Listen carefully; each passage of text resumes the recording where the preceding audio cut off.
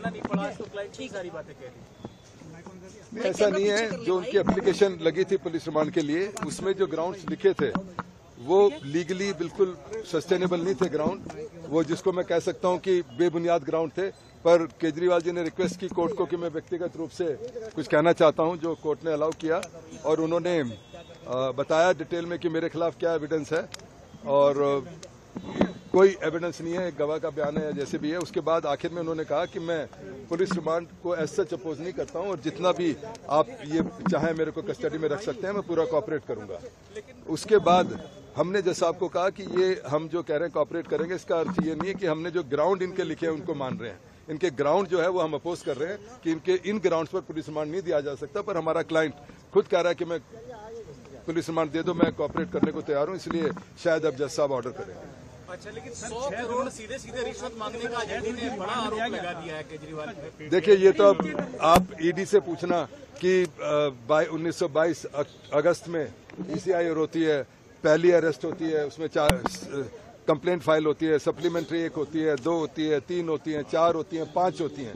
उसमें कभी भी एक बार भी ये नहीं कहा गया कि भाई केजरीवाल पर कोई इल्जाम है। अचानक अब जब चुनाव, मैं तो हालांकि लॉयर इस बात में नहीं मैं पढ़ता, पर अब आकर उन्होंने इसको अरेस्ट किया और कहा कि 100 करोड़ की इन्होंने डिमांड की थी, तो ये तो ईडी एक्सप्लेन करेगी, या जब समय आएगा जब आप सबको पता लगेगा। केजरीवाल जी ने यह भी कहा कि जिस गवाह के बयान पर आप मेरे को अरेस्ट कर रहे हैं, उस गवाह ने 50 करोड़ के जो इलेक्टोरल बॉन्ड थे बीजेपी पार्टी को दिए हैं, और उसके बाद उसकी बेल होने के बाद दिए हैं, तो क्या ये मनी लॉन्ड्रिंग नहीं है? क्या इस बात पर इन्वेस्टिगेशन नहीं होनी चाहिए?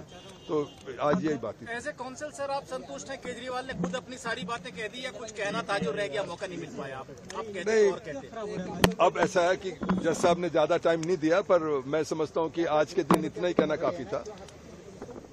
ठीक है, उनके पास किस तरीके से मनी लॉन्ड्रिंग बाद में हो रही है? नहीं, मैंने तो सुना नहीं ऐसे अभी। सर, ईडी का कहना है कि जो अरविंद केजरीवाल ने सबमिशंस किए हैं इलेक्टोरल बॉन्ड्स को लेकर, वो इस केस से बिल्कुल रेलेवेंट ही नहीं है। अब ये तो आप लोग भी इतने दिन से मेरे से ज्यादा फॉलो कर रहे हो इस केस को, ये आप लोग तय करो कि रेलेवेंट है कि नहीं है। अगर एक एक्यूज इस केस का, और वो एक आपको याद होगा 6 दिन पहले जब आर्गुमेंट किया लर्नेड एएसजी ने, उन्होंने कहा कि अगर कंपनी, कोई पार्टी भी, अगर पॉलिटिकल पार्टी भी इन्वॉल्व होती है तो वो भी कंपनी मानी जाएगी और वो भी एक्यूज बन सकती है। तो अगर आम आदमी पार्टी एक्यूज बन सकता है तो बीजेपी भी एक्यूज बन सकती है।